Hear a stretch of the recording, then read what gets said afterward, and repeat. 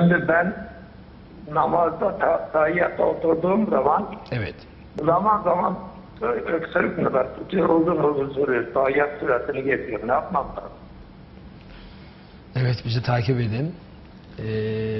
Namazda tahiyyatta özellikle okurken devamlı öksürük geliyor. Böyle bir durumda ne yapayım diyor. Yani tabi sağlık ibadette de önemli. Yani biz tahiyyatı okuyalım derken bu sefer gelen öksürüğü, o nefes darlığını vesaire gitmez. Allah korusun bu sefer de ne yapmamız? Sağlığımızdan olmamız.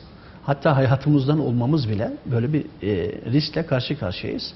Haliyle okurken öksürük geldi ve dakikalarca bile öksürük sürse, zorunlu olarak bu öksürükle birlikte nefesimizi açacaksak veya o nefes noktalarımızın açılmasını sağlayacaksak bu okumamıza, tahiyyatı veya o duayı okumamıza engel değil. Bittikten sonra kaldığımız yerden ne yapabiliriz? Devam edebiliriz. Bu da namaza zarar vermez.